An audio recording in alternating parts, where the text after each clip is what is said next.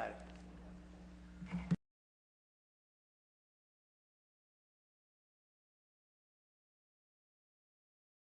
Thank you all for your patience.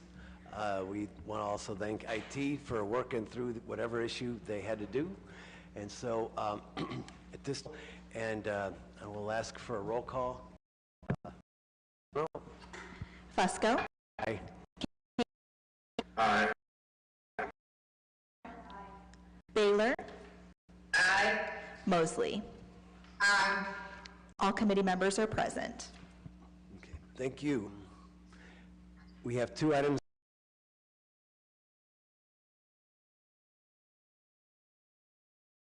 Hearing will first receive a report from the department on the proposed condition. After the report is over, we'll ask a representative of our law to swear in any individuals that may speak before council on that particular conditional use request. Then what we'll do is we'll open up the public hearing against, or if questions, and then after that we'll close the public hearing, open up to questions from committee and then all of council, and then at 7 o'clock we will repeat that exact same. Major difference is that we will make a recommendation as a committee this evening, not today, but this evening, in terms of either in favor to table an item and take time on the conditional use request. So those are the procedures. Whenever you speak, we ask that you write for us your the first item that's up for public hearing today is ordinance authorizing conditional use to vary the required side and rear yard setbacks 2101 Congo Street. Mr. Anthony. Thank you, Mr. Chairman, committee members. Karen Dowling is requesting permission to vary the side and rear yard setbacks for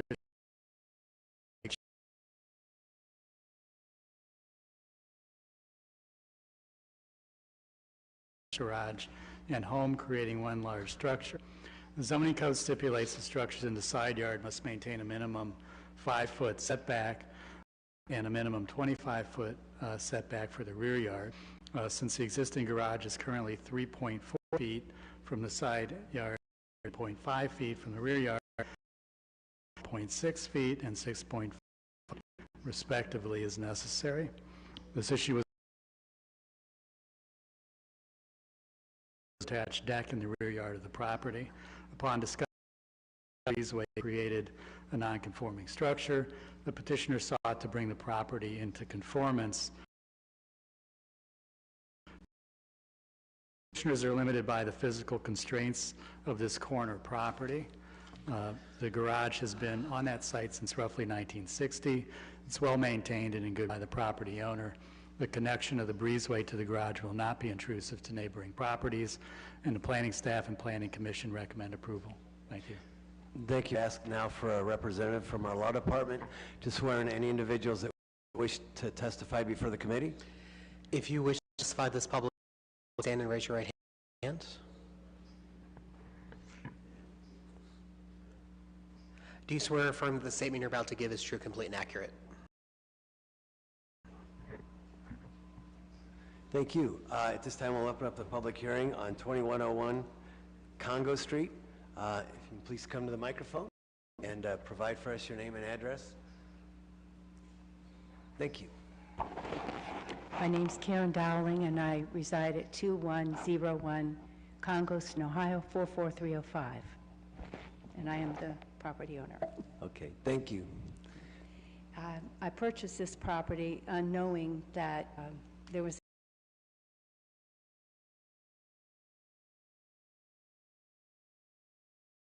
here from Florida, so no the stipulations for everything, and I want to comply with the rules and the laws and codes ask me to do. And it's been a struggle since I've been there. I saw it had a white vinyl fencing all around, very private, and not unaware of me, Pandora's box was open when I walked through that gate. And hell, trying to get something done there. I want to beautify my property.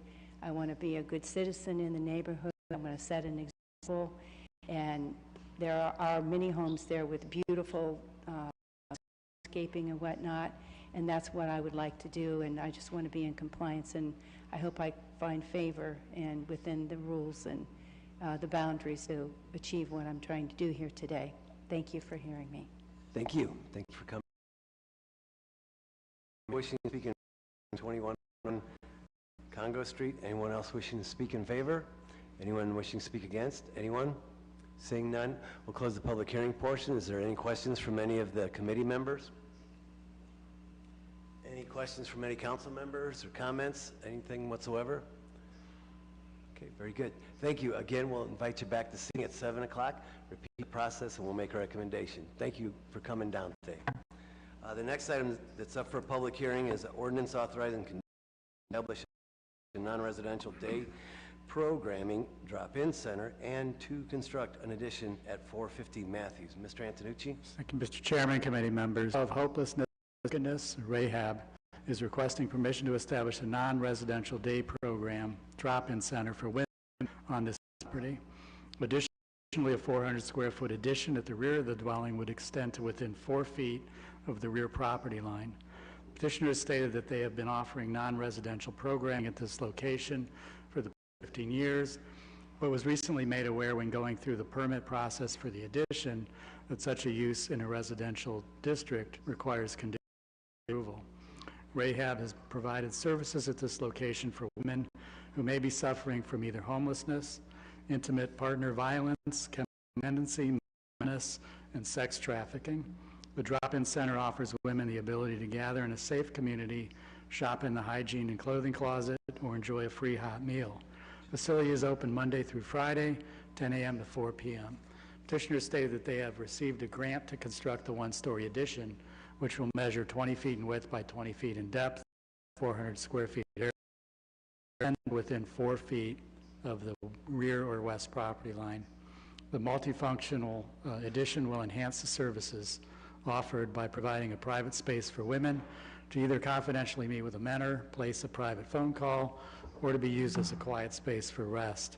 Petitioner stated that about 45% of the attendees walk to the drop-in center, about 45% receive transportation through Rahab, while the remaining alternative transportation methods.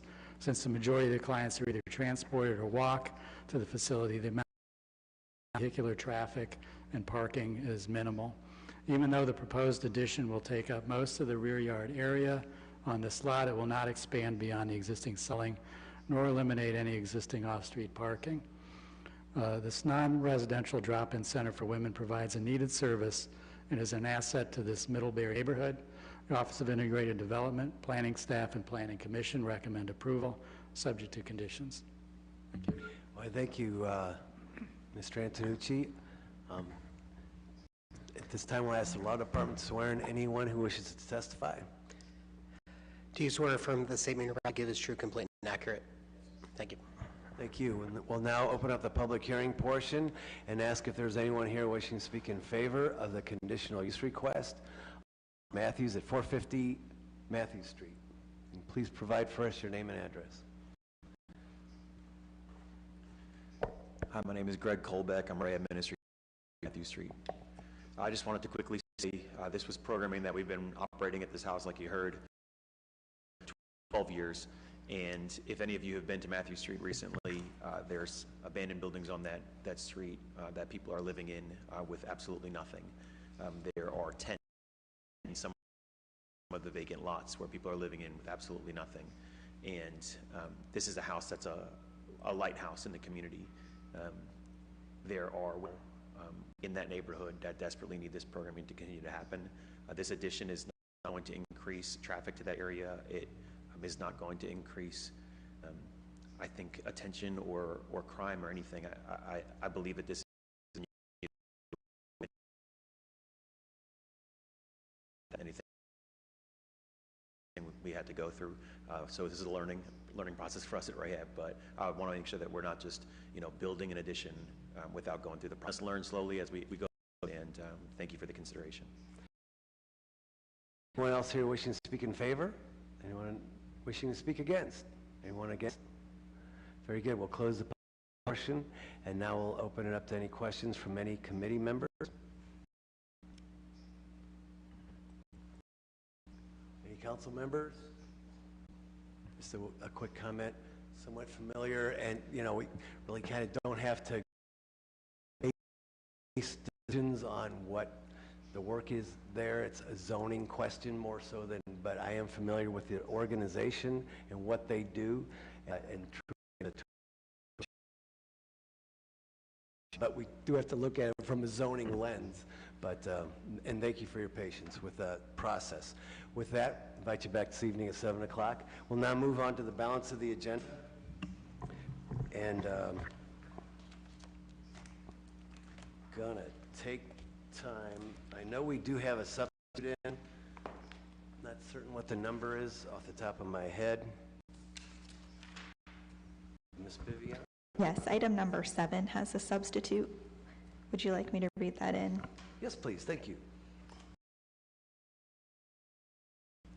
This is a substitute offered as an amendment, an ordinance authorizing a conditional use to house up to 8 individuals at 327 South Miller Road and Yes, thank you. This references a conditional use that we had a public hearing on sometime back. I don't know if the ward council member would like to make any comment. Sure, I think so we've talked about this a couple of times, but this is a property on Miller, which hopefully it's currently being operated as a residential facility for aging adults with issues like dementia and Alzheimer's. There's proposed expansion. Both Councilman Fusco and I have visited the site and spoken with the operator, spoken with a number of the residents in the area.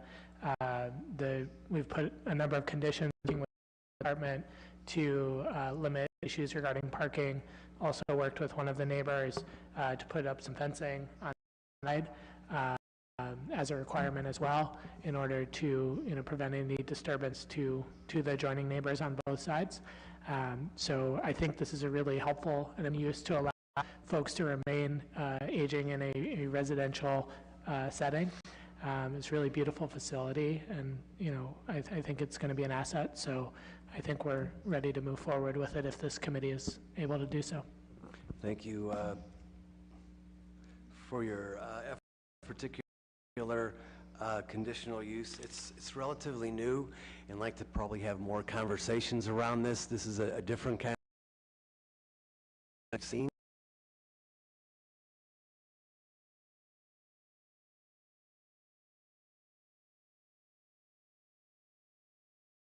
We may see more down the road, and spoke to someone locally, and we may want to have more conversation because we may see more of these down the line.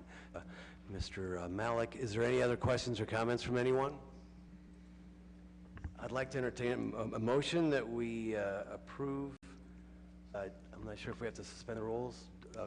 Suspension of the rules, right, it's an amendment. Suspension of the rules with a favorable report. Is there a motion? So moved. Thank you. Second. All right, thank you. Aye.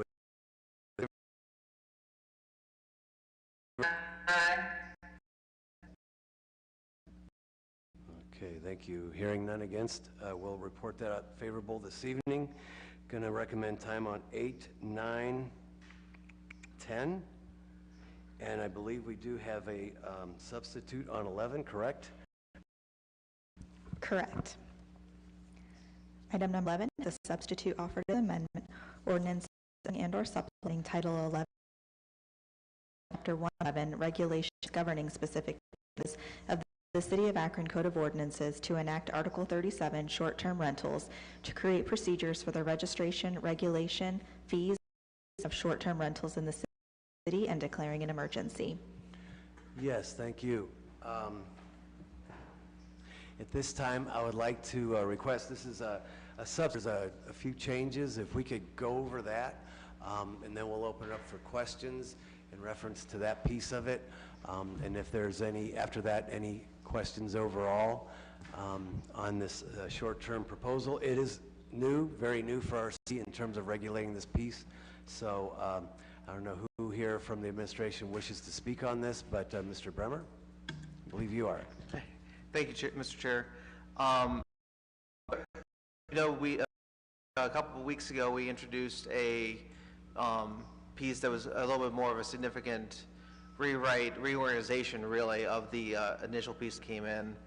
Based on some feedback that we received from council, we've made a few additional.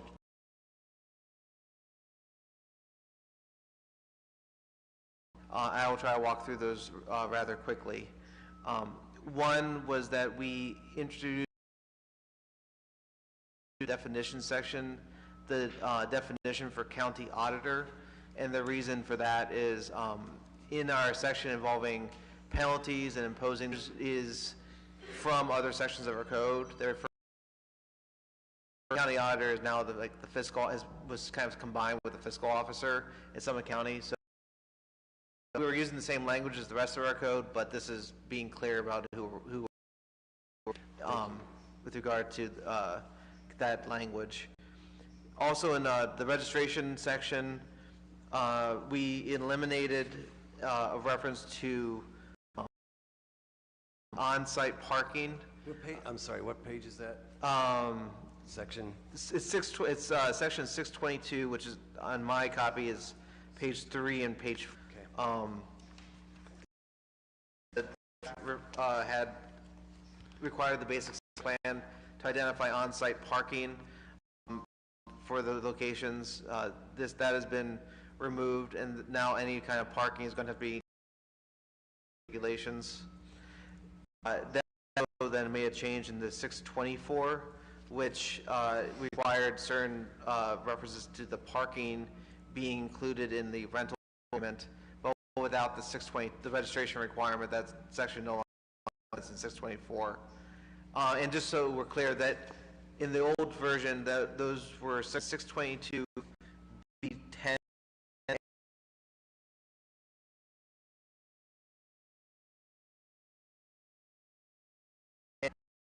The other numbers have been reorganized in light of that change. The other changes were in 625, the rules and regulations that were referenced for the mayor were going to be procedural, substantive. So that was a change in that section. Section, which is currently 8, we added some at the end of that section to make it clear that an appeal was going to have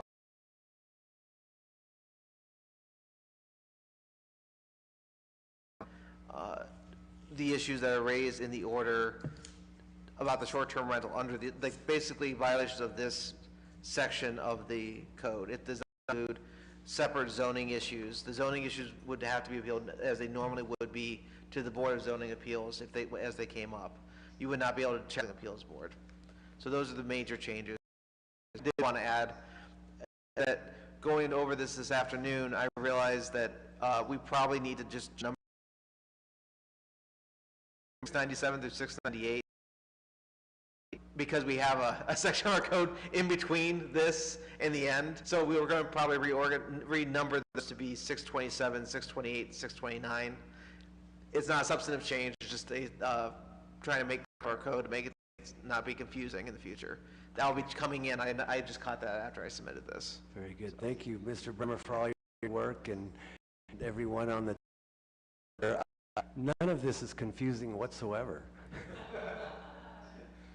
No, there's a lot going on here, and appreciate everyone's work on this. And patience with us here on council. I know there's been a lot of discussion, some meetings, a few meetings here and there, back and forth, and appreciate that. Very new for the city of Akron in terms of regulating this piece, and we've all had and everything listened and heard from the administration, and I appreciate your work on this and working with us.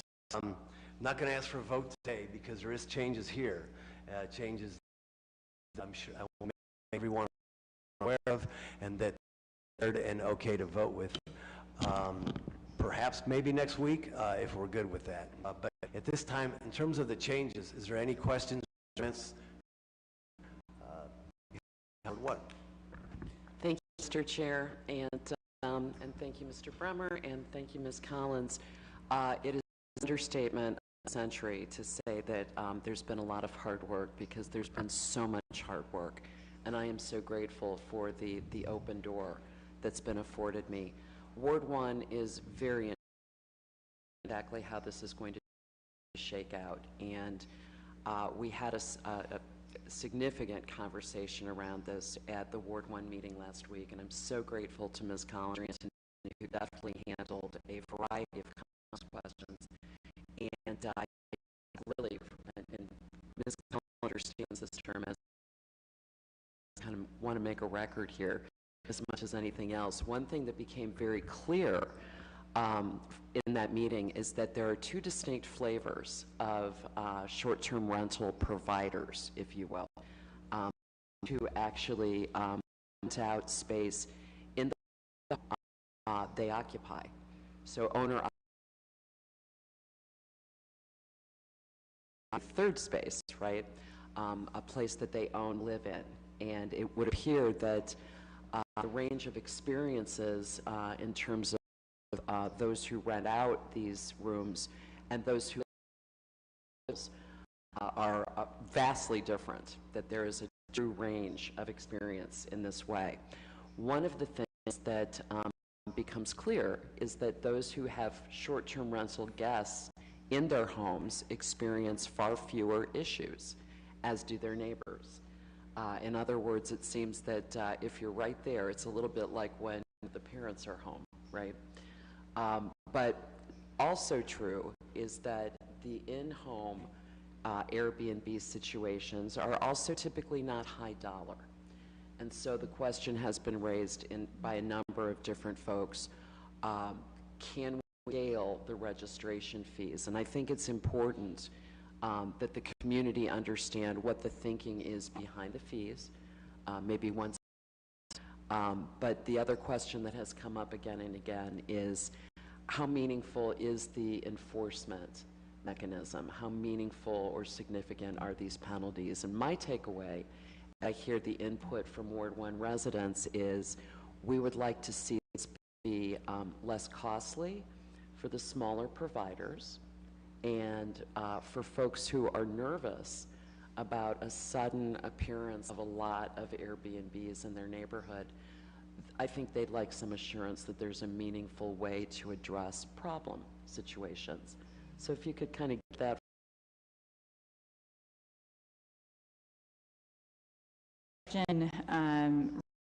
The fee, which I think you're talking about the registration fee. So the registration fee was set at $250, which I heard at the Ward 1 meeting was both too much and too little. But the reason we set it at that level is to make sure that we can afford administration of the law. This is in RAM, and we have quotes from providers, one which we certainly favor called Granicus, that would cost us a good $30,000 a year, and we want to be able to afford that. So reasoning for the dollars, acknowledge that there was feedback about evaluated fees depending on the size of the flavor, to use Councilwoman Mullins' of Airbnb. And I think we're at a stage where we really do need to lock in that number and make sure that we can administer the law in an efficient and fair manner. And we've learned this through our long-term rental program as well, that we really do need to do it well. We would like to stick with the $250 registration fee, and that's a yearly fee. It may be that we discover more administer the program, but I have my doubts that prices will go down. Your question about enforcement is a great one, and I think the most important, we've received requests to raise the penalties for violation of the law, and I really don't think that it's necessary. It's on par with what we've seen in other cities and other. So I think it's a reasonable, set at a reasonable level. But in addition to that, revocation of registration certificate is now very much possible. So if we see multiple violations, 3 it is, correct, Brian? 3 violations of the law that they are found to be liable for, then we would revoke or have the ability to revoke their certificate.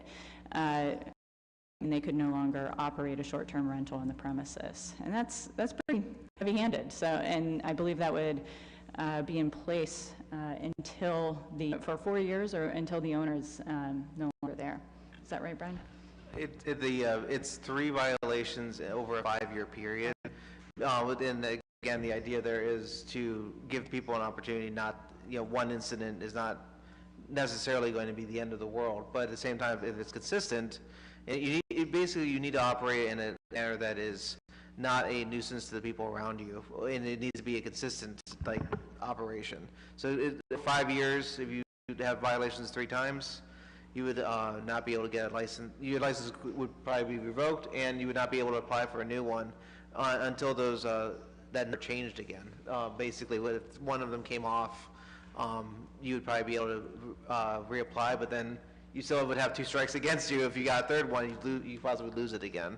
So there's teeth to the way this is set up to try to avoid people who are problems, while also making sure no one has a single bad incident and a bad day, basically, and lose the license.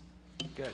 And to build off of that, there's still criminal and civil nuisance laws that exist. So if it is a problem property, there's definitely actions that can be taken on behalf of the city. Thank you. I have nothing further. Okay, thank you. Good. Other questions or comments from Mr. Malik? Thank you, Mr. Chair, and thank you, everyone, for the detailed information. I really appreciate the comments that were made about the fees, and have heard similar things, that it's too much or not enough. And I think, what we have to be thoughtful about is making sure we can afford the things that we're doing. That's constantly, an issue. I guess one question is, do we have any sense of, of the percentages who's operating basically a bed and breakfast in their home, or basically, a separate home that they're renting on a short-term basis? Do we have a sense of that? So we don't know until we've actually, purchased the service to do the digital scraping, as you will, as you would, of what these short-term rentals look like. But we do know from quotes from Granicus the listing types and unit types, and I can give you that information.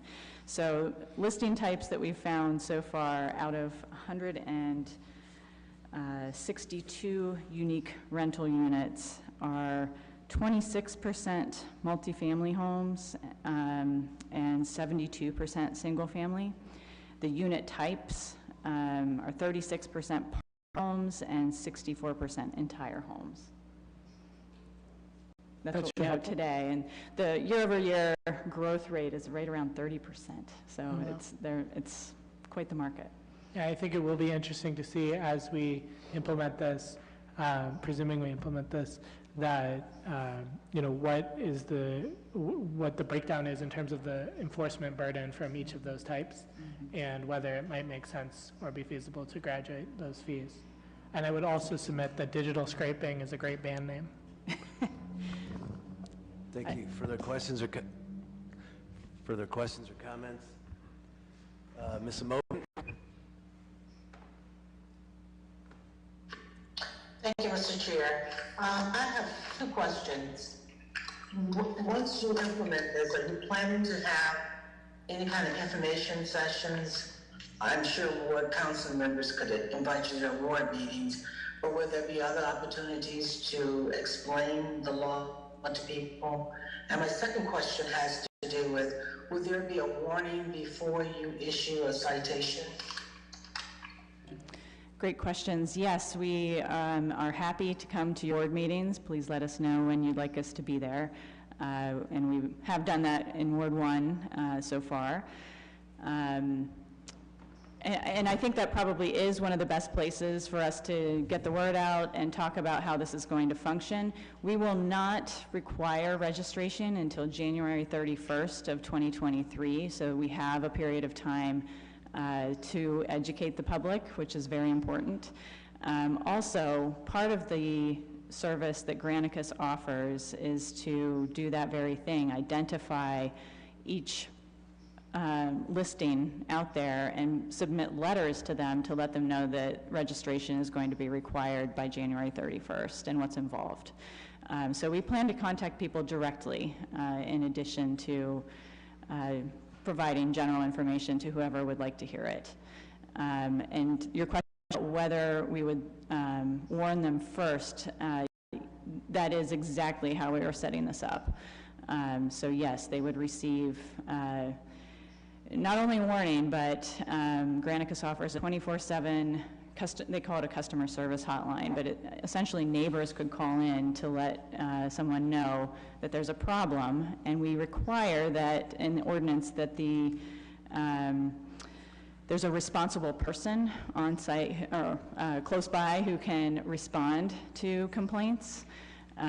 So having the ability 24/7 for that person to be contacted if there's a problem is part of the service that's being offered. Does that answer your question, Councilwoman? Yeah, thank you very much. Further questions or comments? Okay, very good. Again, I'm going to request, excuse me, that next week we vote on this. I'm also going to request, or thank, I should say, the administration again, because this has been quite a bit of, it's a heavy lift, and there's a lot of moving parts with this particular ordinance. But also, though, just to remind everyone here that, you know, we will be probably Akronizing this over time as we have learned experiences in terms of, you know, how it can fit better with Akron, so we do have the ability to amend down the road if we see a tweak or an adjustment that may be needed. But this here is, I guess you could say, is kind of like the foundation, the first step, the beginning, and it's like I said, we've talked quite a bit. I know Emily and I have had, and Brian we've had, and Gert too, quite a few conversations about this, and a lot of work has gone into it, and I appreciate all the work you guys have done on it. With that, is there a recommendation to take time on this? I'll recommend time. Is there a second? Second. All those in favor of time signify by saying aye. Aye.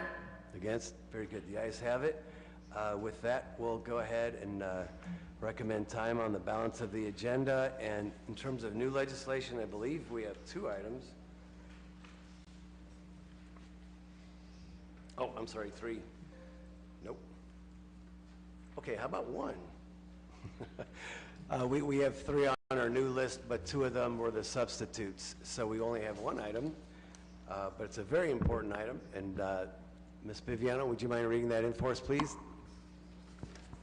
Sure. Item number 4 is an ordinance authorizing the mayor or his designee to enter into a contract or contracts with the Board of Education of the Akron Public Schools District for the Community Learning Center's Akron After School Program in order to provide learning enrichment activities and declaring an emergency.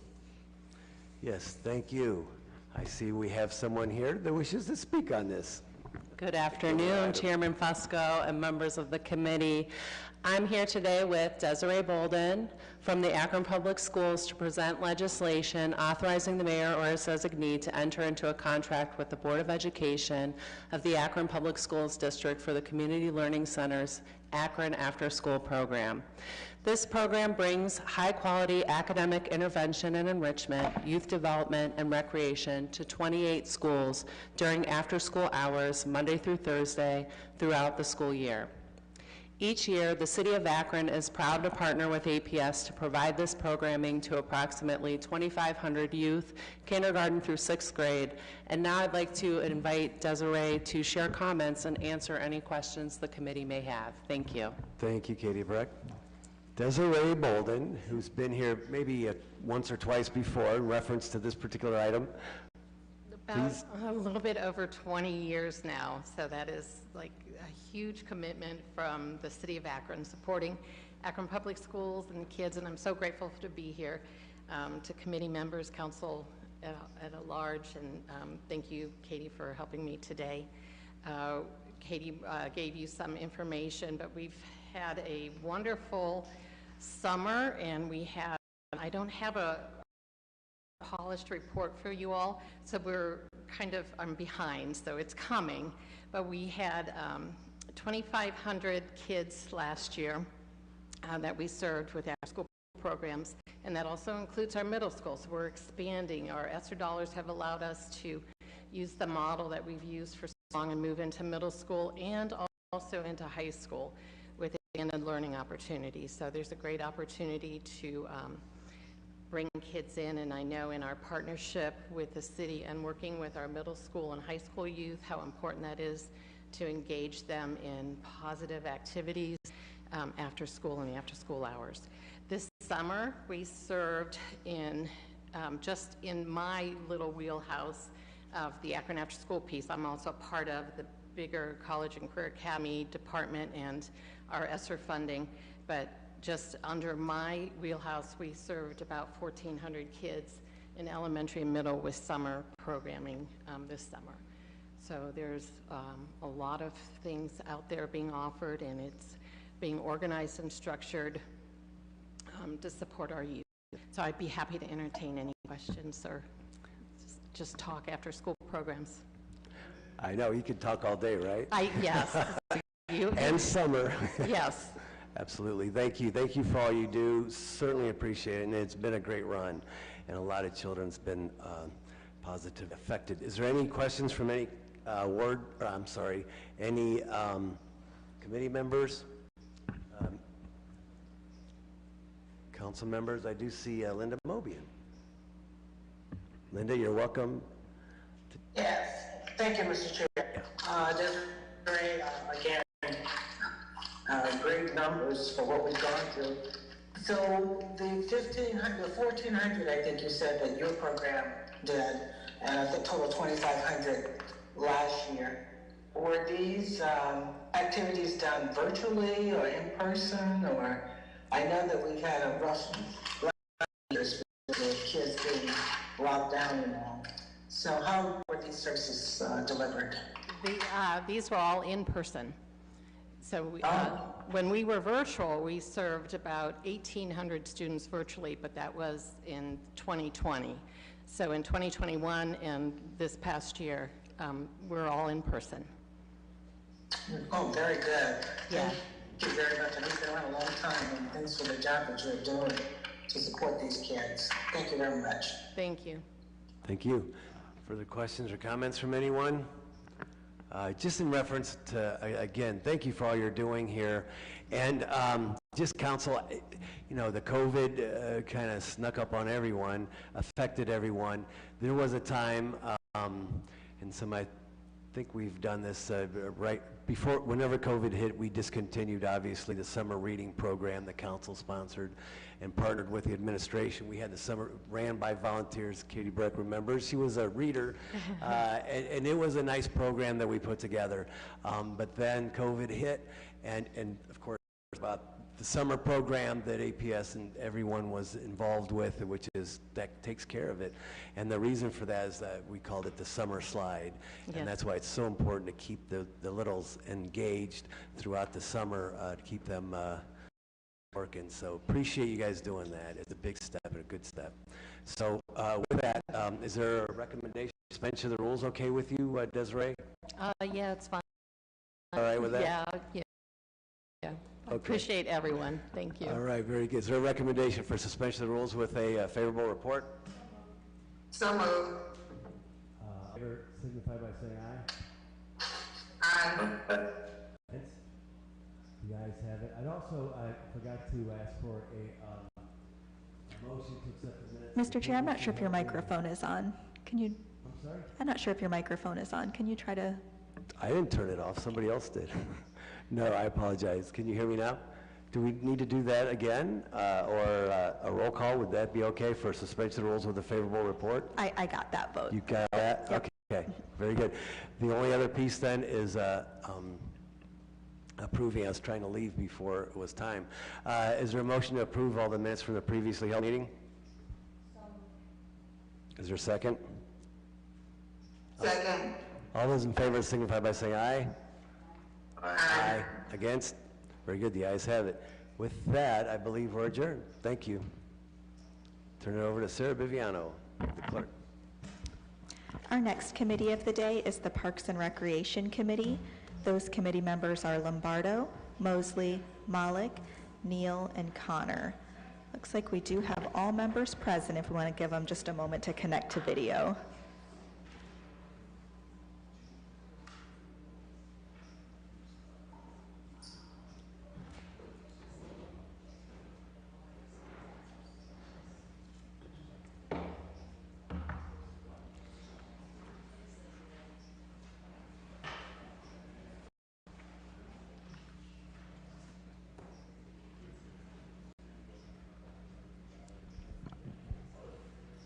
Okay, we have everyone here whenever you're ready, Mr. Chair.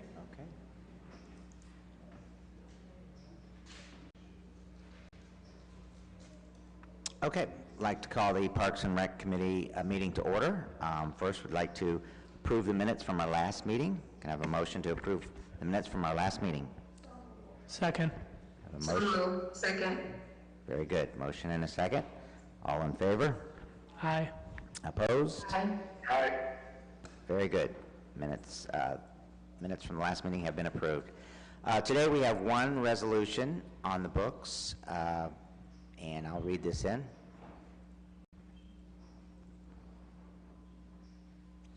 And it is a resolution offered by Mayor Horgan and Councilwoman Holland and Councilman Malik here, declaring the City of Akron to be an official gateway city to the Cuyahoga Valley Park, and expressing appreciation for this unique natural and recreational attraction, and declaring an emergency. So I understand today, first let me maybe our Councilwoman Nancy Holland speak on this first before we have a guest speaker speaking on this. Thank you. Thank you, Chairman Lombardo. Oh, help if I turned my mic on, Chairman. And thank you, everyone here. The Cuyahoga Valley National Park is undoubtedly one of our greatest assets here in the area. For those of us who are from Akron and have deep roots in the area, all puns intended, it is a place where we grew up. It is a place where we raised our children. It is absolute solid gold and green bragging rights. The Cuyahoga Valley National Park welcomes among the highest numbers of visitors to a national park year in and year out. The history within the Cuyahoga Valley National Park dates back not just to the time and immediate preceding and immediately following Senator Seiberling's efforts to have it declared a national park, but goes back a millennia at least.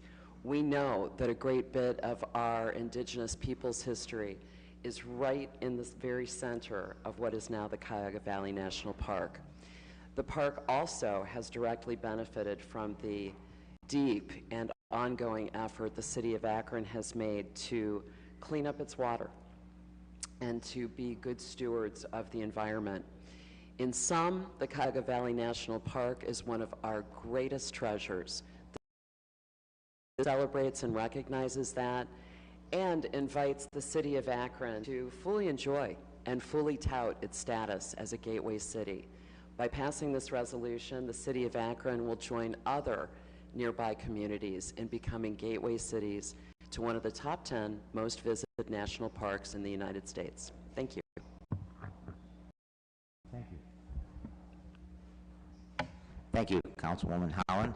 And do we also have Dallas Allman ready to speak? He's the owner of Topaz. Dallas, would you like to say a few words? After you unmute. I'm going to send you a prompt that's going to ask you to unmute on your screen. It should show up. Got it. Am I unmuted? Can you hear me? Yes, thank you. Okay. Well, first of all, I would like to thank the Akron Recreation Committee for inviting me to speak. I heard from Shamus Malik yesterday, or Saturday, and he encouraged me to chime in on the meeting. And the Towpath Tennis Center here on Akron Peninsula Road has been here for almost 52 years. It's was one of the first businesses actually in the valley, and it has maintained and grown and evolved over a long period of time. And we've seen the development challenges with the sewage treatment plant, with air quality that's been improved by the city of Akron. We've seen challenges with the combined sewer runoff problems, which the city of Akron has made great progress, and we have not had a flood in this area since 2014, and I am of the mindset that combined sewer project has made a big difference, along with what the Summit Metro Parks have done at Valley View. And being here and witnessing what has changed in the last 50 years. 50 years ago, there used to be a line of garbage trucks that would go down Akron Peninsula Road to dump garbage at the landfill here. That has been closed up. Now what I see on a daily basis are kayaks, bikers, runners, and I see more license plates from different states and different places. And our business here, along with other businesses in the valley, are enjoying more traffic. And I really think that Akron declaring this community as a gateway community, it's going to set the tone for other businesses to chime in with the idea of ecotourism and recreation. And our name, that is Akron, and the Cuyahoga Valley National Park will grow. And as I spoke with Shamus, is that if you think of a gate, the gate swings both ways. This is a gateway into the park, but more than anything, I think this is a gateway for people in the park to enjoy downtown Akron. And I think Akron has a leg up on Cuyahoga Falls on this, and this is a wonderful step that Akron is taking and declaring that this is a gateway community. Hopefully others, business owners, investors maybe from the outside, will come alongside. And I know that there's been a lot of discussion on the master plan, and there's steps being taken towards that. But I know that it takes effort, and it takes investment, but it also takes vision. And I really appreciate that John Seiberling had the vision to push forward to have this park dedicated. And one other little known fact, we're talking about indigenous people here in Akron, and at the northern terminus we have this wonderful statue, and I'm using the word Indian here, but right across the street there is a rock there. It's Courtney Park, and in 1925 the city of Akron celebrated their first 100 years as a city, and this area also was the western boundary of the United States. So there's just a lot of history in this valley that needs to be celebrated, uncovered, and it's untapped. So those are my comments. I'm all on board. I'm very excited for the future here for the valley and also for the city of Akron, and I like the idea that this gate is going to swing both ways. So if anybody has any questions, they can ask me, but very much appreciate these steps forward. Well, thank you very much, Mr. Ullman. Thank you for those comments. I'd like to invite any committee members here to offer any of their comments. Councilman Malik. Thank you, Mr. Chair, and really want to thank my colleague, Councilman Holland, for bringing this in, and the mayor for co-sponsoring it. You know, we've had lots of discussions. well, and I'm also a co-sponsor, proud to be a co-sponsor. We've had a lot of discussions about the Valley over the last several years, and this step of declaring the city as a gateway to the park was one that Cuyahoga Falls took recently, and one that also came out of the discussion around the master plan. Actually, I recall there was a meeting at Towpath Tennis not too long ago to update about the master plan, and we had planning staff there, and this was one of the follow-ups that was discussed, along with dozens of other recommendations that have come out of that master planning process. And why I thought it was important that Mr. Allman here is that he's one voice, but there are lots of voices in the Valley, and I really appreciate that we're having this conversation. We don't always agree about what we should do in the Valley, but there's been an awful lot of time invested from our planning department, from the city of Cuyahoga Falls, from our city administration, and from many of us on council. And so I appreciate this as one piece coming out of that master plan, that we're really embracing as much as we can the relationship there with the national park. When I tell folks who are not from Akron that we have a national park, one of the most visited national parks, people are always shocked. And it would be great if people were less shocked, if people knew, about it, because when people come and visit it, they are astounded by it. We may not have the sweeping vistas of Yosemite or Zion, but it truly is a beautiful part of our community. So appreciate everyone for bringing this in. Thank you. Councilwoman Holland.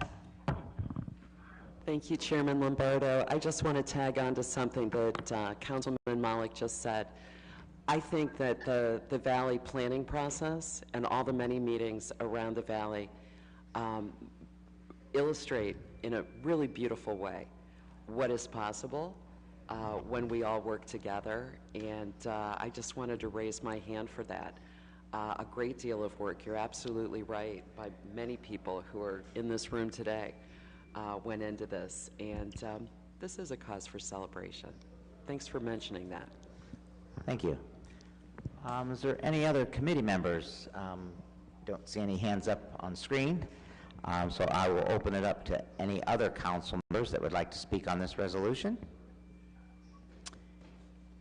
And I don't see anything, so is there a motion on the floor? I would make a motion for suspension of the rules with a favorable report. Okay, we have a motion and a second for suspension of the rules with a favorable report. We'll do roll call. Lombardo? Aye. Mosley? Aye. Malik? Aye. Neal? Aye. Connor? The motion passes 5-0. Very good. So we'll be sure to talk about that tonight. And if there's no other business coming before this Parks and Rec Committee, meeting adjourned. Our next committee of the day will be the Rules Committee. Those committee members are Fusco, Amobian, Connor, and Malik. Looks like we do have all members present whenever you're ready, Mr. Chair. All right, I'd like to call the Rules Committee meeting to order. If we could please, Ms. Bibiana, if we could have a roll call. Sure. Freeman? Here. Fusco? Here. Amobian? Here. Connor?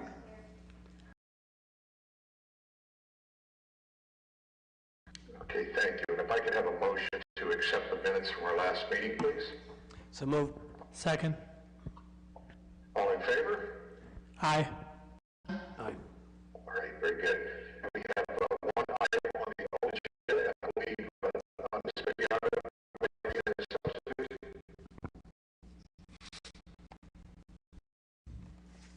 Yes, item number 1 has a substitute offered as an amendment, and that is listed as item number 1A on the new legislation list. That's an ordinance amending and/or supplementing Title III Administration, Chapter 30, Mayor and Council, Section 30.11, Limits on Non-Cash and In-Kind Contributions and Loans, Section 30.12, Limits on Cash Contributions, to increase the contribution limits for mayoral and council candidates and declaring an emergency. Mr. Fusco, I'd like to defer to you on this. Yes, thank you. This amendment basically speaks to, there's some concern that was brought forward, reference the PAC contributions as well as the party contributions, and this is reducing that. Whoa, there's a, I think it's a super B. The, sorry, easily distracted.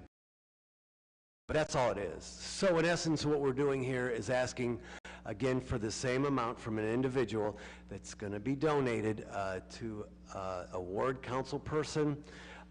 It would remain at the original proposal of $750, okay, from $500 to $750. The only difference is then it would be in terms of political PAC or a political party can then go to $1,500 for a contribution to one in a ward. And then if it's a mayoral candidate or an at-large candidate, that's a change from $750 to $1,000. And then party or a political action committee, that change would go to $2,000, as opposed to the original proposal that was that brought in, whereas it was it's attached here, I think. Put it on there. The original proposal, I think we had at too much paperwork. Mr. Chair, it was 2,500 across the board for both. Okay, so it was 2,500. Thank you. 2,500 for both. So what we're doing, as I mentioned, it was brought to my attention that there's some concerns about this. So I think hopefully this will alleviate some of those concerns, lower it, and this will give a voice to many of those who perhaps doesn't have a voice, especially whenever it comes to the PACs, because oftentimes those are small contributions that are combined for a cause and a cause that perhaps may be supported by an individual candidate. And so that's for us to begin to talk about. Again, excuse me, about how much the question was Hudson, apparently they have a $100 limit. That's theirs. Did take the time to talk to a representative in Hudson, and number one, that's a nonpartisan city. And whenever I had first asked for this information from our law department, I said 25,000 and up in terms of the cities that we'd like to find out what their limits are. Hudson is under 25,000, and so population, so it's kind of an apples and oranges situation, and plus they're nonpartisan, so I think that's another piece of it. What else? Don't recall off the top of my head, but happy to answer any questions anyone may have in reference to this. We've had, I believe in the last several months, we've had 4 public hearings that permitted folks to comment on this. And we've had a few, some of us have had some calls and some questions brought forward, and I believe this should address some of those. So with that, I'll entertain questions if there are any. Okay, very good. I'm remote here. Chambers, if so, please just speak up. And Mr. Malik's hand, you're awfully small in the background there, but please proceed. I think I just got called, but my colleague, Councilwoman Holland, had her hand raised before me, so I want to defer to her. Because apparently I'm even shorter than Councilman Malik. I'll own that. Thank you so much. That's very gracious of you. I want to thank those who contributed to the amendment, because I think is a move in the right direction. I would say that I continue to have concerns about the look of increasing campaign contribution limits at a time when our community and indeed our nation continues to struggle. I have concerns about the message it sends that, you know, that this is a money game, even though I think it's fair to say that we, you know, that those in the room and many who are watching this meeting via live stream understand that it's a little more nuanced than that, right? But I think that there is a shared value in this community and beyond that, if anything, we should, as a culture, be looking for ways to reduce the money role in politics. All of that said, you know, the other piece of it is that I think that every effort we make around election and around candidacy should be about making it easier for the little guy, making it easier for regular people to have an opportunity to be part of the process. Therefore, I appreciate the amendment on the PAC number because I do think that this can be a very, very productive for people to come together and amplify their voices. But I also will always continue to champion the idea to look for ways to make candidacy and participation in government and of course, it should all be easier. Thank you. Thank you, Ms. Holland, and I will now come to Mr. Mallon. Thank you, Mr. Chair. A couple of points. First, I really appreciate the amendment being brought in and the concern being heard about the increase to the donation limits for PACs and political parties. I appreciate, you know, I think all things being equal, my preference would be for it to be the same number across the board. But the meeting in the middle that sometimes happens when we are legislating. And I also appreciate the comments of my colleague. I was just reminded when you said that I had a friend from college who grew up in Toledo, Ohio, but actually ran for city council in New York City. And they have public funding of elections that you can spend on your cane. And I called him and asked him if he wanted me to donate. He said, we don't need to do any of that. We did that for like a month, and now I'm just knocking on doors. Or I guess it was apartments. You know, that was really eye-opening to me because the amount of time that is spent on finance, I don't think is anyone's favorite part about this process. The only other point that I wanted to just ask Mr. Fusco, there was a comment that I just recalled from 2 weeks ago where in the title clause it says amending and supplementing sections 30.11 and then 30.12, but I don't think there's any language about 30.12, so just not sure, maybe that's a clerical error that the law department needs to take out that reference to 30.12, but just wanted to ask about that. Is that in the section, section 1? Is that what you're talking about? Yeah, well, no, sorry, in the actual title clause of the ordinance, it says ordinance amending and supplementing. I see where you're at, yeah. Yep. I don't know if there's anyone here from law to talk about that. We can take a look at it. Yeah. I'm assuming there were no changes on the limits on cash contributions. It's remaining $25. I believe so. Okay. Yeah, we could talk to them about removing that. Okay. I believe the state is $100.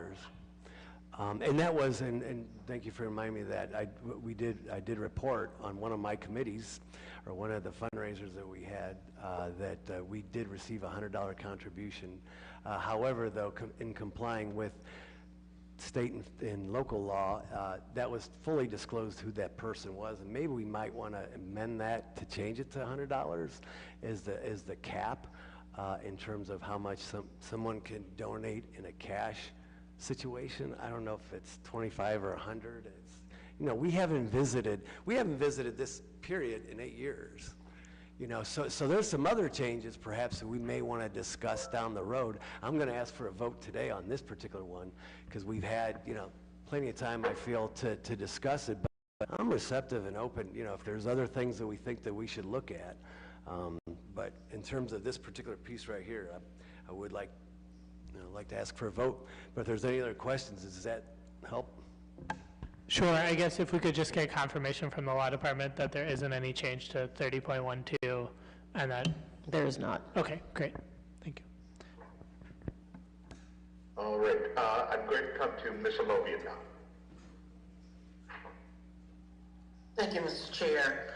I want to, again, reiterate what I said 2 weeks ago or 3 weeks now, that when the citizens voted to limit the amount of money we spend on campaigning, it was to create somewhat of a level playing field for all individuals interested in public service. And we need to remind ourselves that when you sit in these chairs, you do lots of contracts and work with lots of companies, and those individuals will give donations to your campaign, and I'm not suggesting that it's illegal, it's very much legal, but individuals that are interested in running don't have that same opportunity. Certainly they can reach out, but they probably won't get the same response. One of the things I did say, and I stand by my statement, that the citizens don't really understand all these different PACs, individual financing, family members. All they know is that there is too much money involved in politics. And the sad thing, and I will repeat this, is that that dark money at First Energy will live with us for years to come, whether we like it or not. And I didn't suggest 2-3 weeks ago that anybody around the horseshoe got any money from that. And I'm not suggesting today. I believe that that will live with us for a long time. And because of that, and think about it, millions of dollars being given to lawmakers, people creating laws that the individual citizens that foot the bill for these nuclear plants. So we have to keep in mind that that is going to live with us for a while. And I haven't heard anyone but 1 or 2 individuals who thought this was a good idea outside of council members. So I just want to remind us that people are saying that there's just too much money in campaigning. And that you mentioned the door-to-door knocking, and I mean, those old-fashioned ways of getting to meet people, talk to folks, and let them get to know you. And then social media on top of that, all of those tools can be used that are much cheaper and easier to get your message across. So as I said before, I would not be supporting any type of increase in financing. And those are the reasons I am choosing not to do that. And certainly I thank all the people that have worked on this, but I don't think it's ever a good time to increase campaign financing. Thank you. Thank you, Mr. Mobian. And now I'll come to Ms. Mosley. Thank you, Chairman Freeman. Echoing the sentiments of my colleagues, I think the timing is off. When we all are getting ready to head into political season around this horseshoe, the timing is just bad. Maybe we should have been visiting this in an off-year election instead of an upcoming election. It may have been a little more palatable for some of us. And then it may only be 150, 200 in the increases, but that's a lot when you have people who support you who can't even afford to give you $23. So timing is off. I won't support any increases because I truly believe that we need to meet people where they are, and that means at the doors. We should be more concerned about getting the people support than money, unfortunately, buying elections. So I won't support it. I just wish we would have waited until we were not in an election cycle to bring this in. Thank you. Thank you, Ms. Mosley. I do see one hand up, but I don't know who it's identified with. It's yes. One hand. Councilwoman Connor has her hand raised here in chambers. Okay, very good. Okay. Sorry about that, Sharon. Yes, Councilwoman Connor.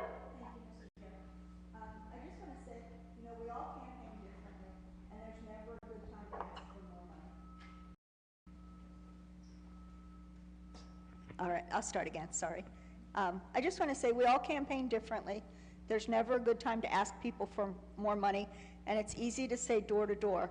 But I can tell you from my experience, door to door is almost impossible. Many hills, many stairs, non-ambulatory. So I have to look for those other ways. And one of those other ways is yard signs. Yard signs are a necessary evil in this process.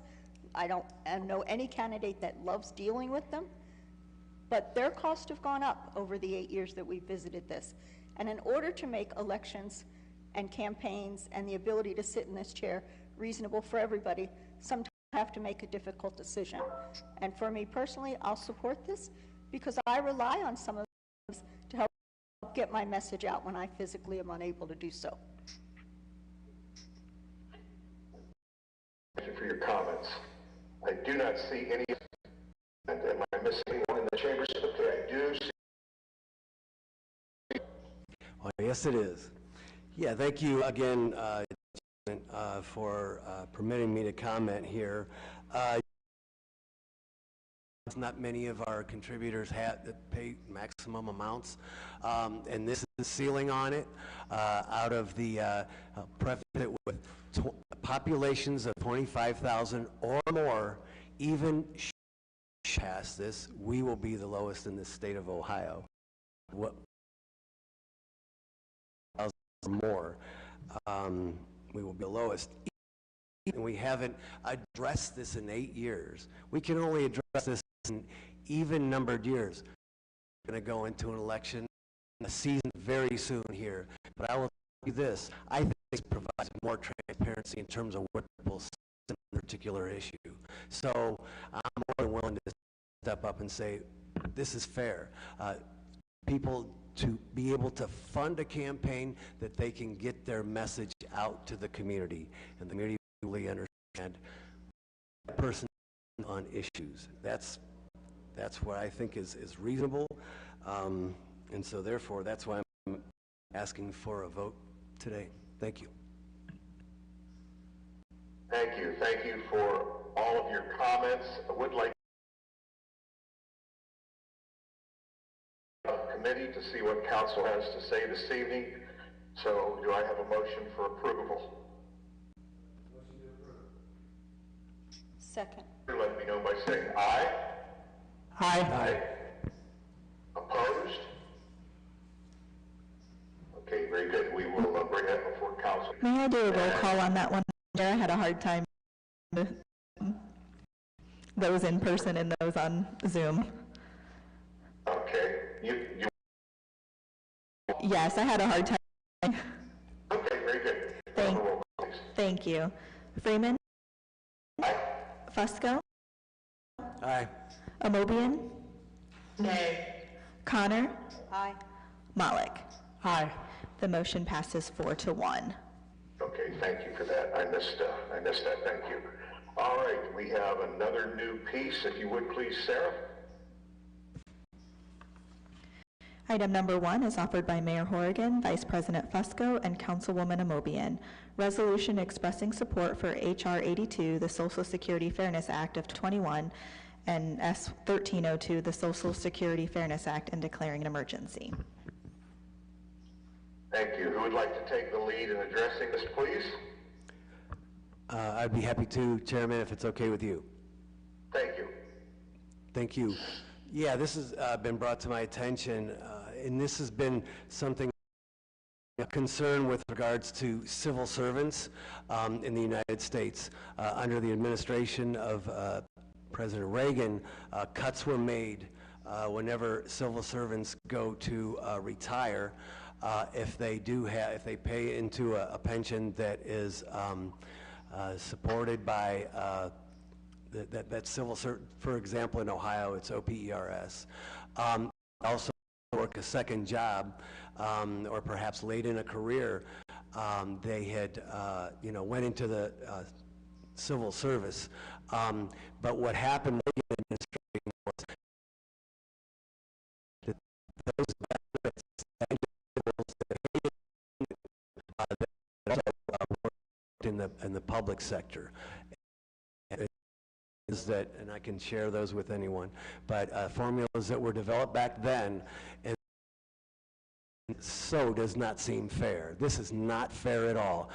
Teachers, firefighters, police men, okay, police officers, from me right now, many of us, many civil servants, and I know nowadays it's not fashionable to talk about civil servants in a positive manner, but I do every chance I can. Many of them, this isn't just the city, it's to the state, to the federal, to the, again, teachers, janitors, people that take care of our roads. If they had a second job or split their career in half and they paid into this system, they deserve to get exactly what they paid in terms of being fair across the board. And that's why, appreciate the input I've received from many of you here on council. Thank you for your ideas, and welcome any more sponsors if there are any.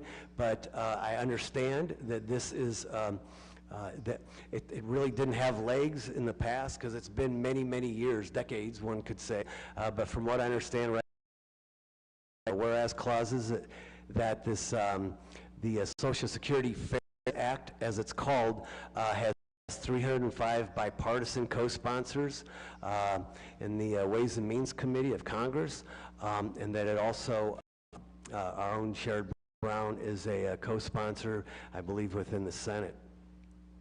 So we're hoping that this is going to happen. And it's called the Windfall Elimination Provision and the Government Pension Offset. I like the other title, though, the Social Security Fairness Act. And so with that, I'm going to ask my colleagues to support this. Thank you. Thank you, Mr. Fusco. I see Ms. Amobian's hand, please. Yes, thank you, Mr. Chair. I thank Mr. Fusco and the mayor allowing me to put my name with this, because I heard about this some years ago, and it makes absolutely no sense to me that if you contribute to a fund and you're only going to get a portion of what you get that you contribute to. It's not that you're going to get a windfall of a lot of money, but if you have enough hours that you have paid into Social Security, you should be eligible to reap the benefit of that. So I really thought that made absolutely no sense when I heard about it. And certainly I thank Mr. Brown for his support, but I truly agree with everything that's been said, that if you work, and some people work 2 or 3 jobs, but if you put enough hours, 40 quarters or whatever, I think it's 5 years at the minimum, and you should be able to get, your money back when you retire. And you're not about to get rich on any of these retirement programs. And I hope you understand that. So thank you very much for letting me be part of that. Thank you, Ms. Amobian. Is there anyone in the chambers that would like to make a comment? Yes, Ms. Holland. Thank you, Mr. Chair. If there's one thing that the people of Ohio are about, and especially the people of Akron, Ohio, it's about the dignity of work. And that's really about what the Social Security Fairness Act is about, and I would encourage everybody to take a look at it. This is about fairness. There's another deeply held principle within this too, and that is the idea that we want to encourage people to engage in public service. That we don't want a penalty to be built into the idea of serving one's public. We can take this all the way back to the 1960s and, some of the most famous sentiments attributed to members of the Kennedy family. The idea that, you're not going to get rich as a public servant, nor should you, but that it is intrinsically the most valuable thing we can do as Americans. And so I would submit that not only should there not be a penalty, but we should look for ways, as I think Senator Brown and his 304 bipartisan co-sponsors did, to find ways to take penalties out of a system that would otherwise, stick folks. Also, in case there's anybody in here who's never done the math, the Social Security piece of payroll, including some other items as well, we're talking about 7.5% of gross income. So it adds up quickly. You may not actually, live to see recovery of that in your Social Security check. However, that is a significant amount of money from a working Ohioan or Akronite. So I think that this is it's a wonderful remedial effort, the kind of thing we can always count on Sherrod Brown to do for us. Thanks. Thank you. Are there any other comments? Motion for approval with suspension of the rules. Second. We have a motion and a second. All in favor, please let me know by saying aye. Aye. Are there any opposed? Have a roll call, please. Freeman. Aye. Fusco. Aye. Amobian. Aye. Connor. Malik. Aye. The motion passes 5-0. Okay, very good. We'll bring that forward this evening. And if there's no other business to come for us, we are adjourned. Our next committee of the day will be the Public Service Committee. Those committee members are Mosley, Kamer, Holland, Lombardo, and McKittrick. We do have all members present whenever you're ready, Madam Chair. I'm ready, Sarah. If we could call Public Service Committee to order, and can I get a motion in approval of our previous meeting minutes? Motion to approve. Second. We have a motion and a second. All in favor? Aye. Okay, our first piece coming before us today is ordinance authorizing the mayor or his designee to apply for a water pollution control loan fund, WPCLF loan, sign all documents for and enter into WPCLF agreements with the Ohio EPA and OWDA for the construction of the WRF process control system replacement project and declared an emergency. Mr. Leto? Thank you, Madam Chairman, members of committee. Yes, we are applying for a loan. We're going to upgrade the control system at WRF. In the next piece of legislation, I can get into more of the details of the upgrade to our control system, but this is a WPCLF loan application for 20-year loan at 2.1%. 2.41%. That's the current loan, and we plan to we're going to apply, and we hope to get this loan awarded in January. So, like I said, I can explain the other piece now, or we could read it and I could explain what it's all about. But consent would be fine on this, ma'am. Okay. Any questions from any council members? Any questions from committee? I don't see any hands. Any hands on your side, Sarah? I don't see any hands raised here in chambers. Okay, can I get a motion for consent? So moved. Second. We have a motion and a second. All in favor? Aye. Ayes have it. Next piece, ordinance authorizing the Director of Public Service after advertising for bids to enter into a contract or contracts for construction of the WRF process control system replacement project and declared an emergency. Chairman, members of committee, currently our control system at WRF is Ovation. That's the name of the control system. It's a sole source. We really always have to go back to them for upgrades. The last upgrade we did was about $100,000. There's no way to bid this. Like I said, they're the only ones that do it. So what we'd like to do is upgrade the whole control system at the wastewater plant, or WRF, to SCADA. SCADA is the current system that we're using at water distribution, water supply, and even sewer maintenance out in the field. The monitoring of our tunnel, all our racks, all our overflows, our real-time controls done through SCADA. So what we will be doing is upgrading the control system, installing fiber optics throughout the plant, which would be some underground, some overhead on poles, new conduits. We're going to put a new control system in the control room with the UPS, which is an uninterrupted power source, which is a battery power source. In the event we would lose power, between the time the generator starts when the power goes out, could be a few seconds, up to a minute. And what this UPS does, it's an uninterrupted power source. So even a blip of the power where the generator wouldn't start, it wouldn't shut the whole system down and have to reboot.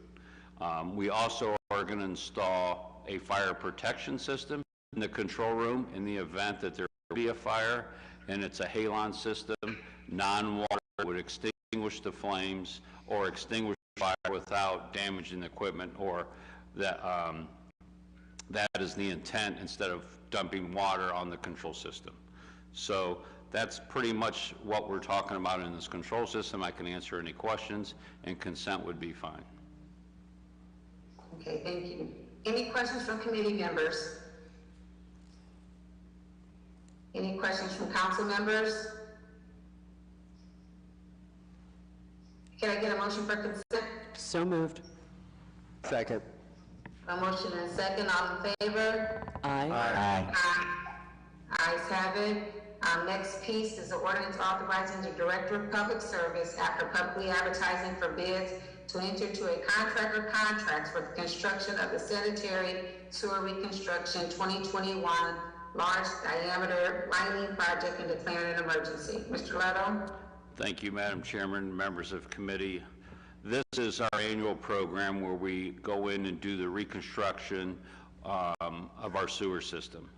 These assets, as we call them, or sections of sewer line, are identified through our CMOM program. And as you know, doing this, we're in our third year now of TV and cleaning, we identify these segments, and it depends whether they're what type of defect, whether they're 1 or 5. And the ones that we identify as a 5, we need to repair them or line them, as we do in a lot of these cases within the first year. And some we have up to 5 years to fix them. Some of the more notable sections of these segments in this legislation is we have 2,500 feet of 30-inch brick sewer, 1928, down on Evans Avenue by the railroad tracks. We call that the Camp Brook sewer. So to excavate near tracks or under tracks is very difficult. So that would be one of the lining projects. Another one would be about 300 feet of 39-inch of segmental block at the end of Newton Street down where the tracks are there in Ward 10. That sewer is a 1923 sewer. And then we have another sewer on Canton Road over in Ellett between Graham and I think it's between Graham and Beverly. It's in the right-of-way, so to excavate Canton Road would be very difficult. This is about 2,000 feet of 1923 sewer, which obviously next year will be 100 years old. So those are just some of the sewers that will be in this program. We have a complete list throughout the city that we'll be doing. And with that, I will take any questions, but I would respectfully ask to suspend the rules because we need to start on a few of these immediately. And in budget and finance, we will have a piece which is the bond legislation for this piece at 3 o'clock, and it's directly related to this piece of legislation. Okay, thank you. Any questions from committee members? Any questions from council members? Can I get a motion for suspension of the rules? So moved. Second. I have a motion and a second. All in favor? Aye. Ayes have it. Our last piece is an ordinance approving and confirming the appointment of Michael Wheeler as the alternate to Director of Finance, Stephen Fricker, a current trustee to the Summit Akron Solid Waste Management Authority Board for a term ending February 28, 2025, and declaring an emergency. Thank you, Madam Mr. Chair. Lamont? Yeah, thank you, Madam Chair. So this appointment is to replace Cindy Donnell, who previously was sent to myself for serving on the Reworks Board. Cindy retired earlier this year. So we are utilizing Michael Wheeler, who is pleased to announce going to be our new Deputy Director of Finance for the City of Akron, starting today. So he's going to serve on the board. Michael has worked for the city for approximately 10 years, and he's been in our budget division for all 10 of those years and is very familiar with the city's finances. Great in that role. So right now there's 3 of us from the city that serve on the board. So there's myself, there's Councilman Malik, who represents City Council, and then the mayor is using Jim Hall as his representative on the board. So there's 3 of us that serve Works Board right now. Okay. Any questions from members? Any questions from council members? Is consent okay, or do you need this to be I passed? appreciate the suspension of the rules, please. Okay, if I could get a motion for suspension of the rules? So moved. Second. Have a motion and second, all in favor? Aye. Aye. Ayes have it. We have nothing else coming before us, so we are adjourned. Our next committee of the day will be at 3 o'clock, and that's the Budget and Finance Committee. Those committee members are Freeman, Amobian, Malik, Baylor, and Lombardo. Again, that's Budget and Finance, and it will begin at 3 o'clock. Thank you.